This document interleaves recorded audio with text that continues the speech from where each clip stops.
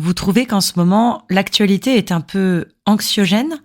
Qu'il y a comme des airs de fin du monde? J'ai exactement ce qu'il vous faut.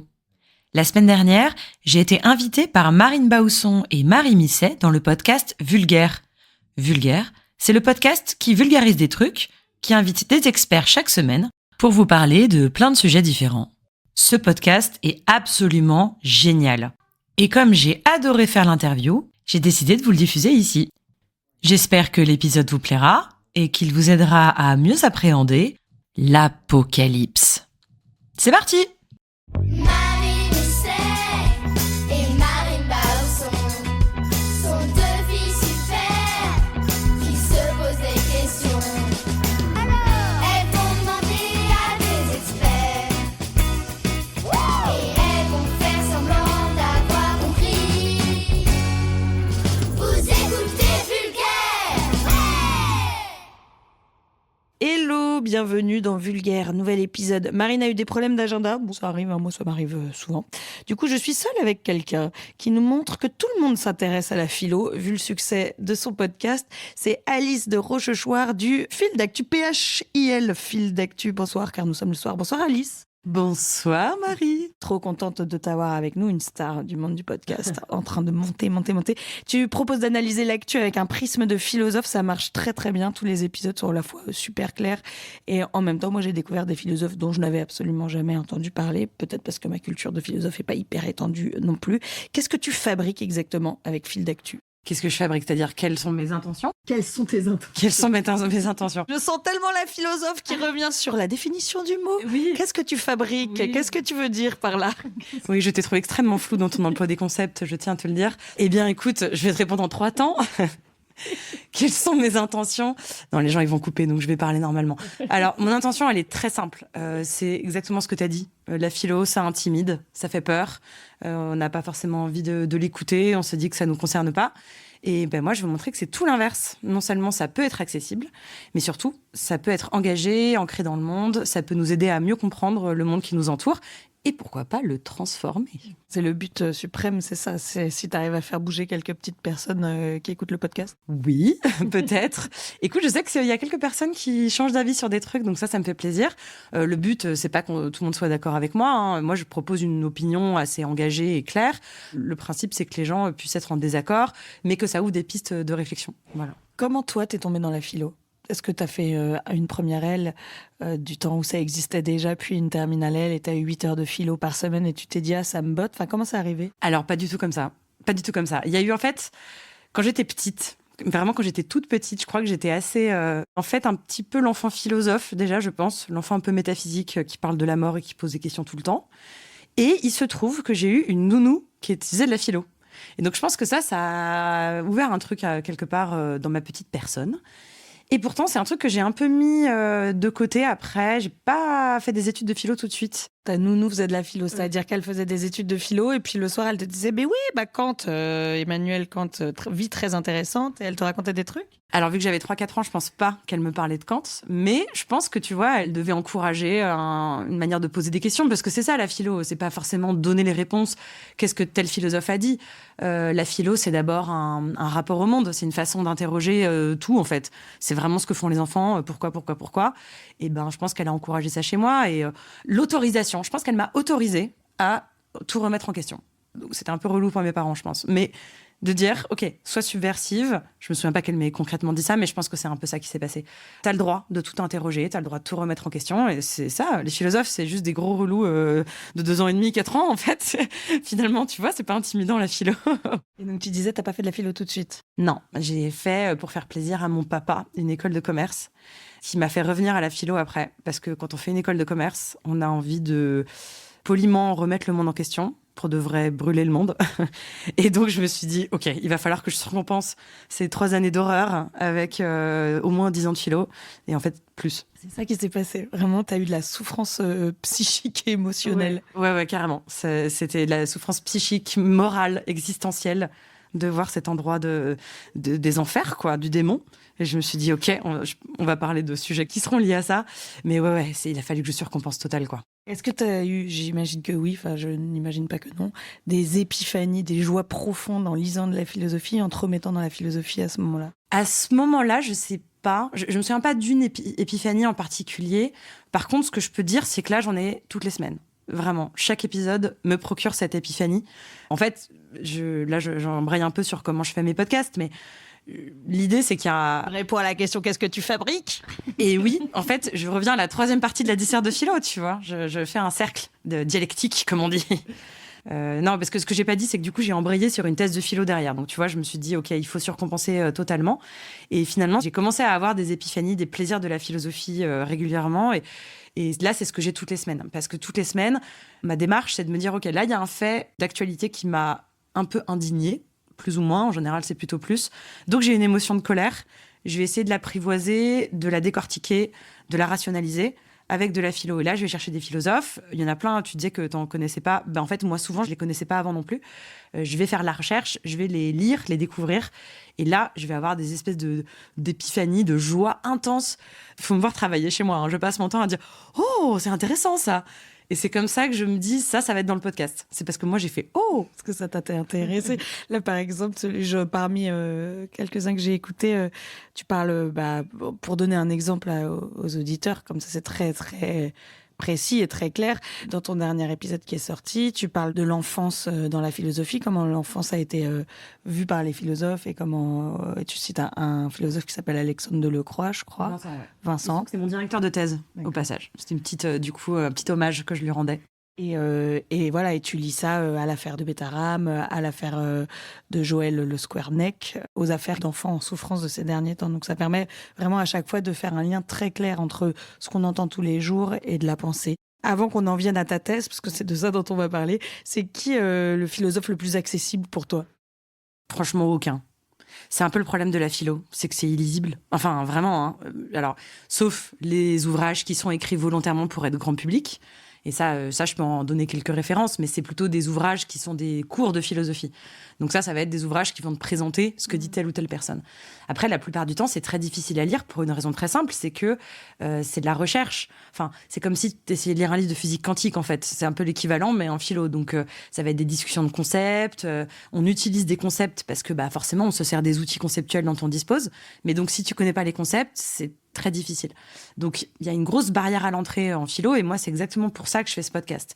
Après, il y a des philosophes quand même qui sont accessibles. Je pense quand même à Camille Freud-Vaumétry, que tu connais peut-être, qui est assez connue, qui écrit sur le féminisme et qui a une approche très concrète parce qu'elle décrit des expériences corporelles de ce que c'est qu'être une femme. Voilà. Donc ça, c'est très accessible. Mais c'est peut-être une des rares... Dans les contemporains, peut-être qu'il y a des efforts quand même. Mais si tu essayes de lire les classiques, les Kant, les machins, c'est très difficile à lire, quoi. C'est vraiment le problème de la philo. Le plus fun? Ouais, c'est pas des gros blagueurs en général quand même. Hein. Peut-être qu'ils étaient blagueurs dans la vraie vie, mais quand tu lis les bouquins, tu te tapes pas les cuisses, quoi. Franchement, elle est dure cette question. Je sais pas. Aucun. Je vais dire encore aucun. Ou alors si, il y en a qui sont fun tellement ils sont détestables. Tu vois. Par exemple, moi, je déteste Nietzsche. Genre, j'ai une détestation profonde pour Nietzsche, mais vraiment intense. Et donc, parfois, ça m'énerve et parfois, ça me fait rire de... Voilà, tu vois, parce qu'il est ultra misogyne et tout, c'est un cauchemar.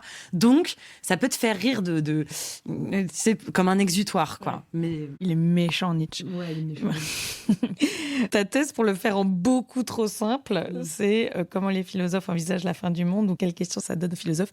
Et tu utilises le mot eschatologie et ça me fait rire ce que tu dis sur le fait qu'ils sont illisibles et que c'est manier des concepts. En fait, c'est exactement comme de la physique quantique, c'est ce que tu dis. C'est parce que moi, c'est des mots qui m'ont éloigné de la philo. Moi, j'ai aimé la philosophie, j'ai fait une terminale L, j'ai vraiment aimé ça. Mais il y a des mots comme heuristique ou eschatologie qui m'en éloignent directement, c'est-à-dire que mon cerveau fait des blocages. Je ne comprends pas ce que ça veut dire. Je comprends. Moi, j'ai la même chose avec le droit. Mais vraiment, le sentiment que j'ai quand j'ai ça, c'est mon cerveau fait le hérisson. Tu vois, vraiment. Non, never. Bon, je comprends complètement cette sensation. Je te dis, moi, j'ai ça avec le droit, hein, donc je vois très bien de quoi tu parles. Oui, et en même temps, comme je disais, t'es obligé de manier des concepts. Si à chaque fois, tu réinventes tel concept en disant, imagine la périphrase, ce que c'est, c'est en fait, nan, pour dire un mot. bah, évidemment qu'on va aller vite et qu'on va utiliser les mots. Mais c'est clair que ça éloigne les lecteurs et les lectrices. L'eschatologie, parce que bon, déjà c'est un mot un peu rigolo parce que ça ressemble à scatologie quand même, on peut le dire, mais il y a un E devant, donc c'est eschatologie. Et l'eschatologie, c'est la doctrine des fins dernières. Voilà, on comprend toujours pas. L'idée, c'est ce que ça désigne, c'est la conception, comment on envisage, comme tu disais, la fin du monde. Et de deux manières. La fin du monde au sens cosmique, la fin de notre univers, quoi, dans un sens religieux, mais on va pouvoir en reparler, mais aussi ma propre fin, donc au sens individuel. Donc en gros, qu'est-ce qui se passe après la mort? Donc l'eschatologie, c'est vraiment ces deux questions-là. Quand est-ce que le monde s'arrête? Qu'est-ce qui se passe? Est-ce qu'il y a un arrêt, une fin du monde? Et qu'est-ce qui se passe quand moi je meurs? Voilà. Tu vois, mais si tu écris ça à chaque fois, c'est un petit peu long. Et donc, on peut trouver sur Internet le résumé de ta thèse en 180 secondes, qui est pas tout à fait incompréhensible, franchement. Qu'est-ce que tu racontes? Alors, je sais que tu as des petites notes là, tu as plein de trucs. J'ai préparé plein de trucs parce que j'avais peur de plus savoir. Parce que c'était quand même il y a quelques années ma thèse. Donc j'ai révisé ma thèse. Bon, le truc des thèses, c'est que ça traite d'un mini concept chez un auteur. Enfin bon, c'est un petit peu... Donc je pense que je vais pas te parler que de ma thèse. Je vais élargir pour que ce soit plus cool. Ce que j'ai voulu interroger est la problématique de manière générale. Il y avait un moment où les questions de la fin du monde, de la fin des temps, c'est plutôt la fin des temps, c'était pris en charge par la religion. Surtout en Occident, où la religion chrétienne prenait en charge toutes ces questions, quoi. Et puis, il y a eu un moment où on a été un peu moins religieux, où la philosophie a pris le relais. Donc moi, ce qui m'intéressait, c'était de me dire, OK, qu'est-ce qui se passe quand la philosophie prend le relais? Et surtout la philosophie contemporaine. Parce que, et c'est là où j'ai préparé mes petites notes, c'est qu'on peut voir un peu 3 grands moments dans l'histoire. Donc là, tu me dis si je me lance dans un cours ou si tu veux poser des questions. Je vais poser une petite question. Vas-y. Ça veut dire que, de toute façon, on a toujours envisagé le monde, que ce soit d'un point de vue religieux et philosophique, comme un truc fini, comme un truc qui allait s'arrêter sous cette forme-là, quoi. Alors, c'est une excellente question. Ça dépend des cultures. Dans notre culture à nous, oui. C'était pas le cas, par exemple, chez les Grecs. C'est pas le cas dans d'autres religions non occidentales, comme l'hindouisme, le bouddhisme, que je connais moins bien. Donc, je connais quelques bribes, dont je peux parler un petit peu, mais j'aurais peur de... Voilà, je vais me lancer plutôt sur le christianisme que je connais mieux. La caractéristique du christianisme en Occident, c'est qu'il organise le temps. C'est qu'il va parler de la création du monde. Donc, le monde commence. Et si le monde commence, c'est qu'il s'arrête. C'est un peu le principe. Donc, on va avoir... Toute la pensée chrétienne va être organisée entre l'idée d'un côté de la création. Donc, c'est ce qu'on a dans le livre de la Genèse dans la Bible. Et ça va aller jusqu'à l'Apocalypse. La fameuse Apocalypse, voilà. Donc c'est vrai que nous, en Occident, on est complètement tributaire de cette conception-là du temps. C'est-à-dire que le temps a une origine, une fin et un sens. Donc en fait, il y a une direction du temps. Voilà, le temps n'est pas suspendu ou cyclique, comme ça peut être le cas, par exemple, dans les religions, dans les cultures plutôt hindouistes. Je demandais parce que j'ai l'impression qu'on vit dans un moment un peu eschatologique. Je ne sais pas si on peut le dire comme ça, ouais. Non, mais en tout cas, on vit dans un moment où on nous dit que la planète a des limites, qu'on va arriver au bout, que c'est peut-être la fin de l'humanité, etc. Et c'est pas pour nous rassurer, parce que tout est scientifique et très réel, mais c'est quelque chose qui a toujours énormément imprégné la culture occidentale, le fait qu'il y a un moment, ça va s'arrêter, quoi. Et qu'il y aurait des gens qui vont vivre la fin du monde. Alors, tu poses mais que des excellentes questions, tu vois, vraiment, tu devrais faire une thèse sur l'eschatologie, je trouve. C'est effectivement quelque chose qui était très prégnant pendant la religion. Je vais même commencer par ça, parce que c'est assez rigolo. En fait, Jésus, c'était quelqu'un qui prêchait la fin imminente. La fin du monde imminente, l'apocalypse. Non, mais c'est vrai, c'était quelqu'un, il faut imaginer Jésus à l'époque. En fait, c'est pour ça qu'aussi il faisait scandale à ce point. C'est pas juste quelqu'un qui dit aimez-vous les uns les autres. C'est quelqu'un qui dit le monde va bientôt finir. C'est-à-dire qu'il va y avoir cette fameuse apocalypse, cette fameuse fin du monde que les textes juifs ont annoncé, etc. Parce que dans le judaïsme, il y avait cette idée d'un retour glorieux d'un prophète qui amènerait la fin du monde. Et Jésus, c'est ce qu'il annonce. C'est les écolos. Jésus, c'est les écolos. Alors, ouais. Alors, non, je vais quand même dire dès maintenant, mais on va avoir l'occasion d'en reparler. Il y a une énorme différence. C'est que dans le cas de Jésus, c'est Dieu qui fait la fin du monde. Dans le cas de l'écologie, c'est les hommes. Donc c'est quand même une grosse différence, hein, parce que c'est pas l'apocalypse divine avec le jugement de Dieu, l'écologie. L'écologie, c'est les hommes se sont pris pour des dieux et du coup, ils se sont autodétruits. C'est pas exactement la même chose. Et du coup, on va voir que les conséquences sont pas exactement les mêmes. Mais pour revenir à Jésus, il faut vraiment imaginer ça. Ça explique d'ailleurs qu'au départ, il n'y a pas vraiment de texte écrit. Les évangiles, c'est écrit 2e, 3e génération. Parce qu'au départ, les mecs sont là-bas. De toute façon, c'est bientôt la fin, donc on va pas... Voilà. Puis au bout de 2-3 générations, on se dit, bon, Voilà, il se passe toujours rien. Donc, il serait peut-être temps d'écrire quand même les enseignements parce qu'on est en train de les oublier. Et puis peut-être que on a peut-être mal compris. Voilà. Et c'est à ce moment-là qu'il commence à y avoir des textes qui vont réécrire, donner un peu une cohérence pour expliquer, justifier le fait que c'est toujours pas l'apocalypse, quoi. Donc c'est ça qui est intéressant dans le christianisme, c'est que c'était très apocalyptique au départ. Et donc c'est quand même quelque chose qui est présent au cœur du christianisme. Et derrière, les papes successifs, enfin les théologiens successifs, vont toujours penser ça. Il va y avoir le livre de l'Apocalypse, qui est écrit par Jean. A priori, c'est pas le même que l'évangéliste, mais bon, ça, c'est pas très sûr. Et donc, dans ce livre-là, c'est une vision d'Apocalypse. On t'annonce pas exactement ce qui va se passer, mais ce qui est très intéressant, c'est que l'Apocalypse devient un genre assez classique à ce moment-là, où ça consiste à analyser les signes précurseurs et avant-coureurs qu'on se rapproche de la fin des temps. C'est quand même assez incroyable parce qu'on parle en fait des pré-blockbusters d'apocalypse américains, quoi, ou pas qu'américains. Mais c'est exactement ça. C'est 2012, enfin c'est tous ces trucs-là. J'ai beaucoup aimé 2012, je sais qu'il y en a eu d'autres depuis, mais c'est exactement ça. C'est tout d'un coup, tu vas identifier, il y a des signes, quoi. Donc ça, c'est le premier point, c'est l'identification des signes. Le deuxième point qui est important, c'est qu'il y a une dimension morale. C'est que souvent, le schéma, c'est qu'il va y avoir un espèce d'effondrement moral de l'humanité. C'est l'antéchrist, en gros. Dans la religion chrétienne, il y a l'idée qu'il y a un homme qui est sous l'emprise de Satan, qui va arriver, qui va être l'antéchrist, et que ça va précipiter l'espèce de malheur. Ce sera un signe de « ça va mal » juste avant que, du coup, il y a un retour glorieux du Christ et que ça aille mieux, quoi. Que ce soit la fin du monde et qu'à ce moment-là, il y aura une résurrection générale, etc.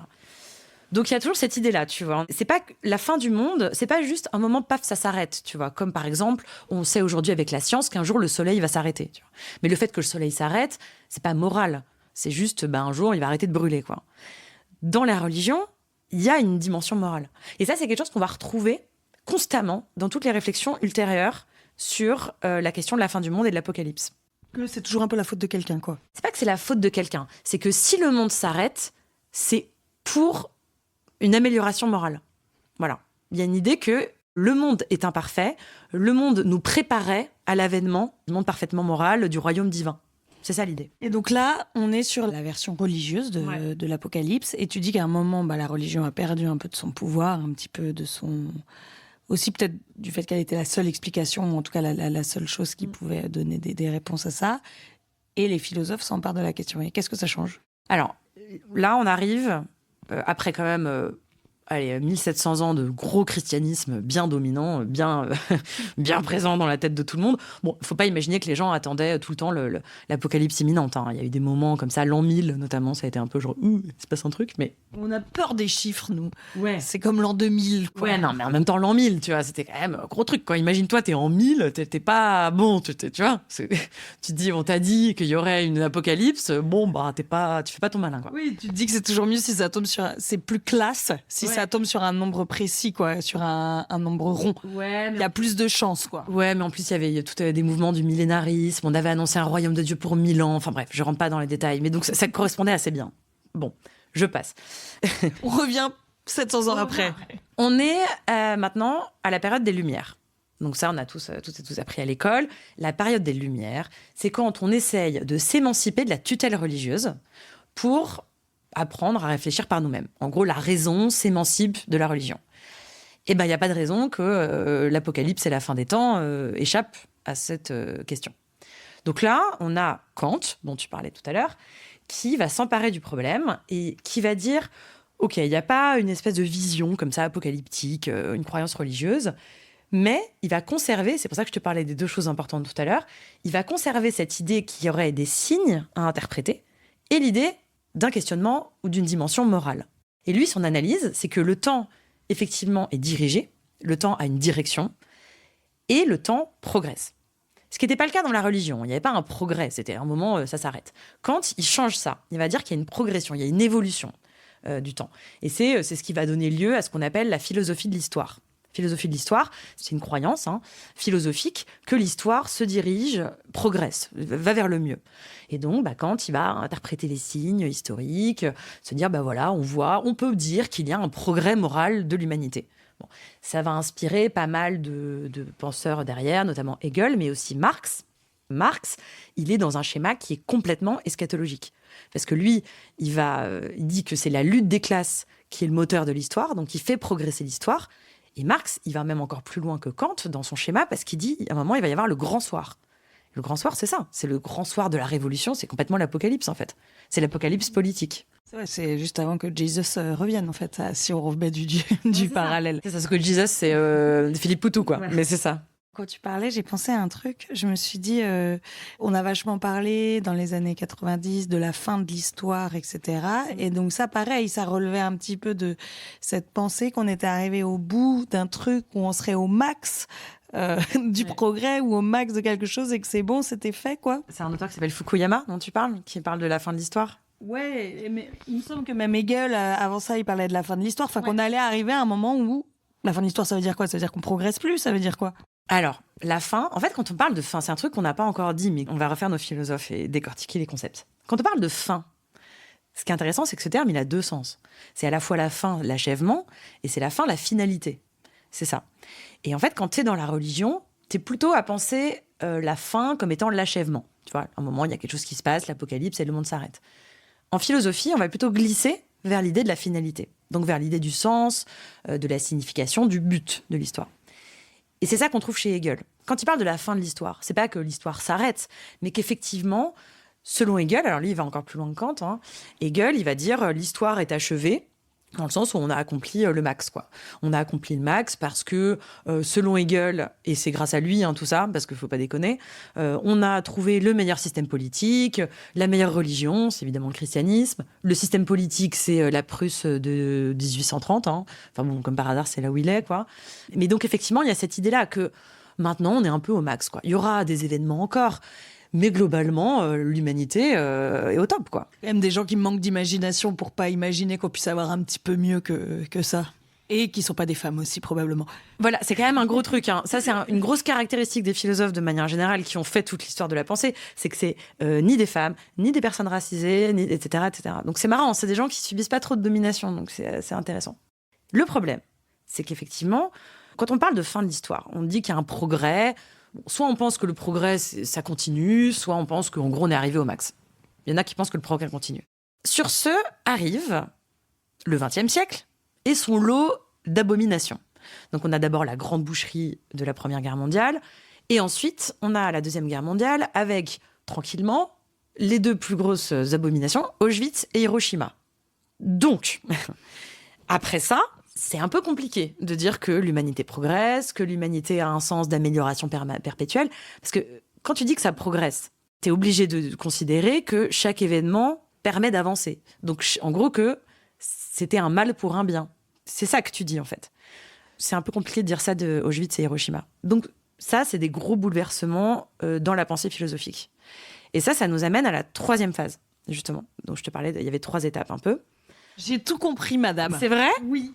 Tu vois, l'eschatologie, c'est simple.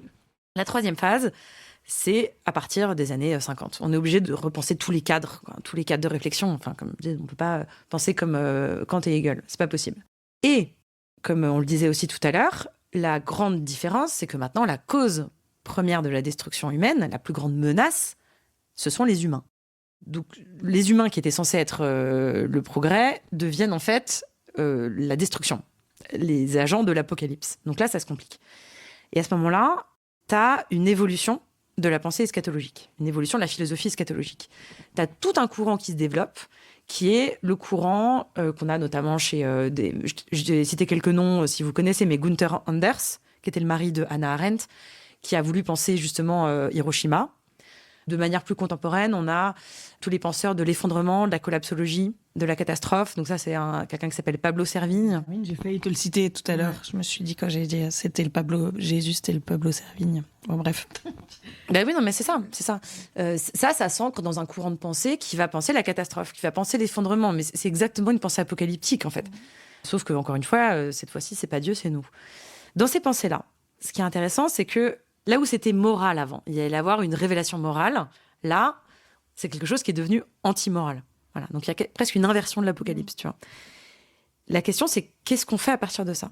Ce que proposent ces philosophies de l'effondrement, c'est de se confronter à l'effondrement, de pas être survivaliste en fait. Contrairement à ce qu'on pourrait penser, la collapsologie, c'est pas de se dire bon bah je vais me faire un bunker quoi.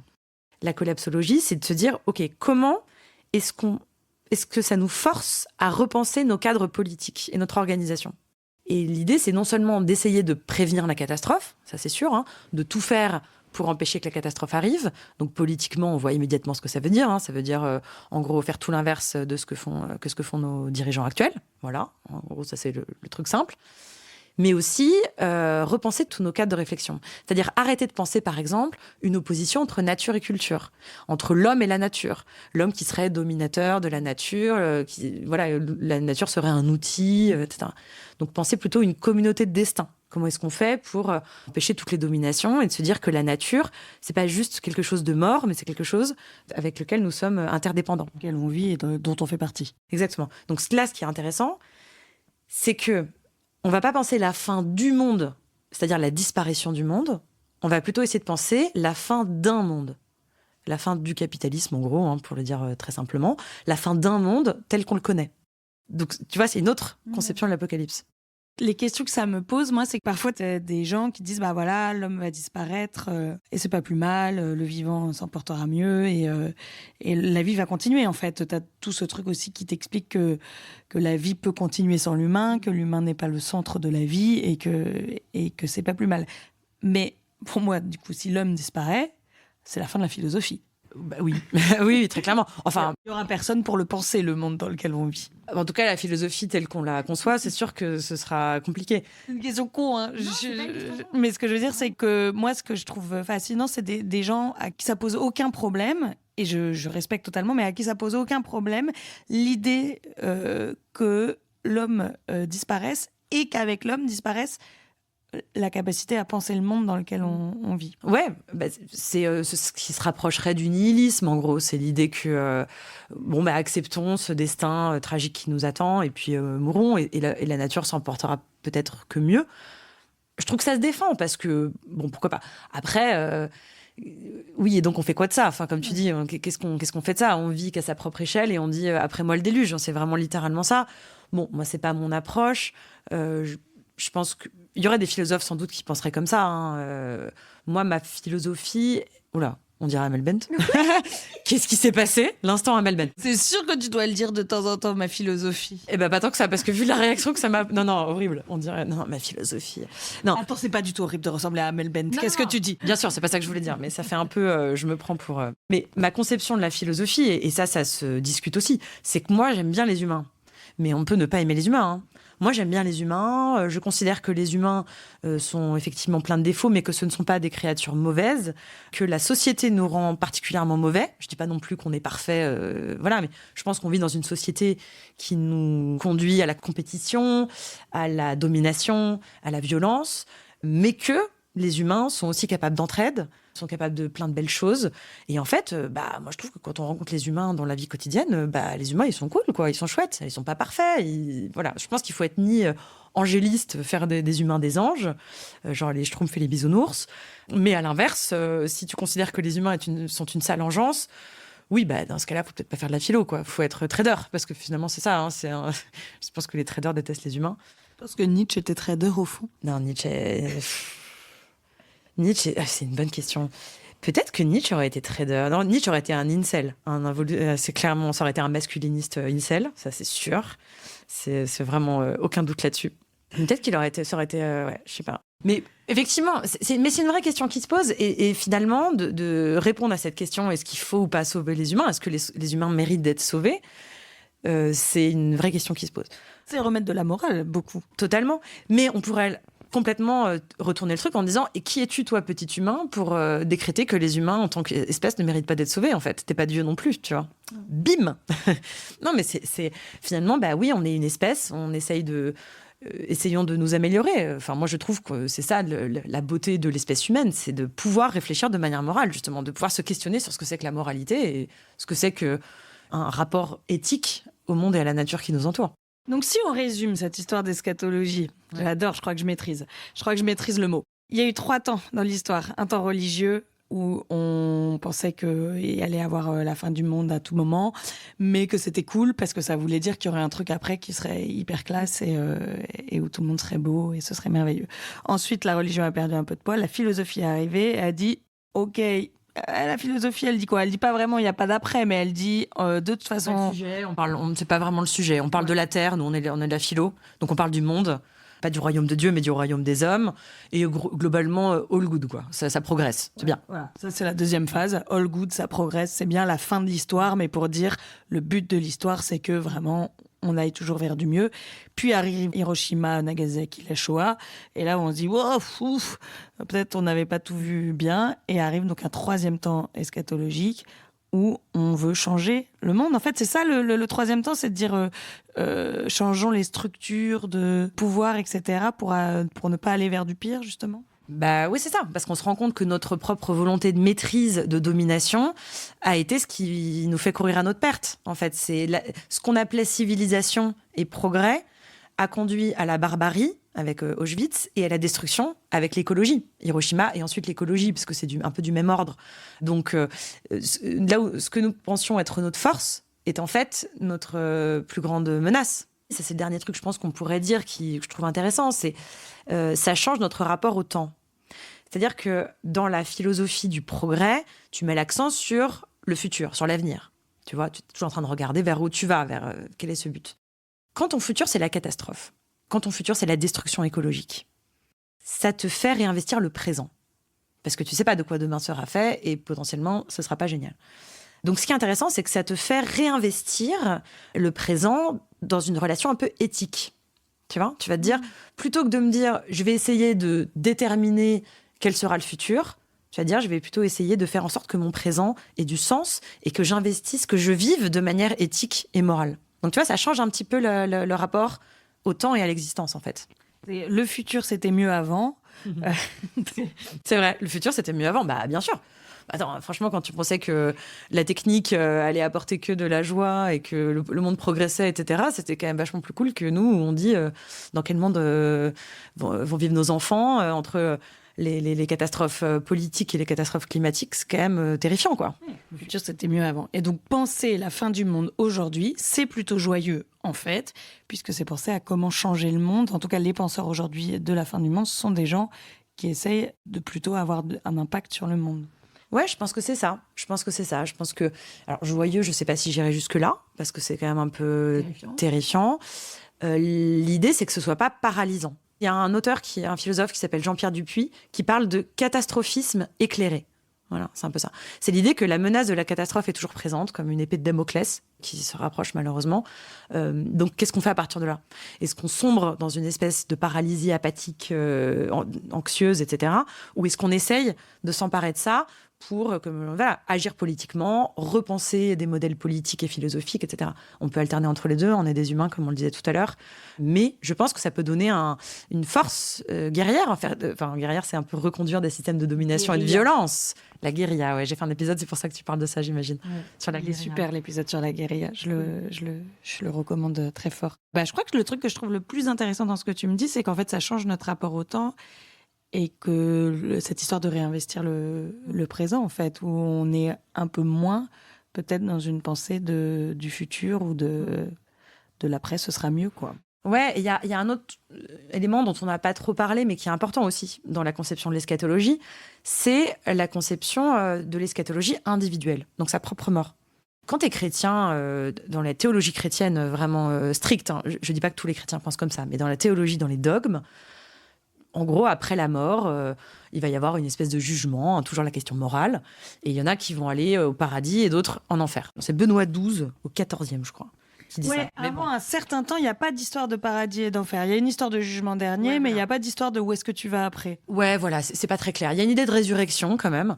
Il y a des résurrections individuelles. Hein, quand tu meurs, tu ressuscites. Mais il n'y a pas forcément la question du paradis et de l'enfer. Bon, il y a quand même l'idée que tu n'as pas à craindre la mort quand tu es chrétien. Tu n'as pas à craindre la mort parce que la vie est une préparation à la mort et que le royaume de Dieu t'attend et que ce sera vachement plus chouette que ta vie un peu, en général, un peu misérable. Mais l'effritement de la croyance en la religion change aussi notre rapport à la mort, évidemment. Et à la vie. Et à la vie. Ça va ensemble, hein, en général. Mais oui, tu as tout à fait raison. Et c'est là où le changement, je rebondis là-dessus parce que on reparlait du changement du rapport au temps. Mais donc, tu as un changement du rapport à ton propre temps également et au sens que tu donnes à ton existence. Et évidemment, quand tu penses qu'il n'y a rien après la mort ou que tu ne crois pas forcément qu'il y a quelque chose après la mort, ça te pousse à réinvestir ta vie, à te demander quel est le sens, quelle est la finalité que je donne à ma vie. Et donc, on en revient toujours à une question éthique et une question morale, en fait. Donc c'est ça qui est très intéressant, c'est de voir à quel point l'apocalypse et l'eschatologie, c'est toujours une question morale. Et en même temps, moi, j'ai envie de me dire, au Moyen-Âge, autant croire que la vie sera mieux après. Je veux dire, c'est aussi des réflexes de survie, de se dire, attends, là, c'est de la merde. La peste, c'est nul. Tous mes frères et sœurs sont morts avant 8 ans et demi. Ouais, il m'est arrivé pas mal de trucs. Je souffre en permanence. Enfin, je veux dire, à ce moment-là, c'est quand même cool de pouvoir se dire, ouais, mais ce sera mieux après. Ne vous inquiétez pas, les gars, ce sera mieux après. Mais t'as raison, tu parles de la mortalité infantile. T'as un enfant sur 2 qui meurt avant l'âge de 5 ans. Mais quelle abomination! Espérons que ces enfants soient dans les cieux avec Dieu, bien sûr. Évidemment, quoi. C'est abominable. Plus pratique, je trouve, à penser. Merci beaucoup, Alice de Rochechouart. Merci, c'était trop cool. Je suis trop contente d'avoir reparlé de mes sujets de thèse. C'était trop bien. J'ai retrouvé mes petites épiphanies et mes joies de la philo, tu vois. C'est ça qu'il faut dire. C'est que je pense qu'on a eu un astrophysicien il n'y a pas si longtemps et tout. Je pense qu'on sous-estime ces petits moments de grande joie intellectuelle, parfois. Carrément. Merci de m'avoir invitée et de m'avoir offert ce moment de joie. Allez, à la semaine prochaine dans un nouvel épisode de Vulgaire. Marine Baousson sera revenue. Cet épisode de Vulgaire a été présenté par Marine Baousson et Marie Misset. Il a été réalisé par Antoine Ollier. Le générique est de Romain Baousson. C'est Juliette Poney qui fait les illustrations. Louis Tempero fait la programmation de ce podcast. Il a été enregistré au studio Acast. On remercie évidemment tout le monde et on vous dit laissez-nous des étoiles, likez, plein de commentaires. On compte sur vous et puis bien sûr brossez-vous les dents tous les jours, c'est hyper important. À bientôt.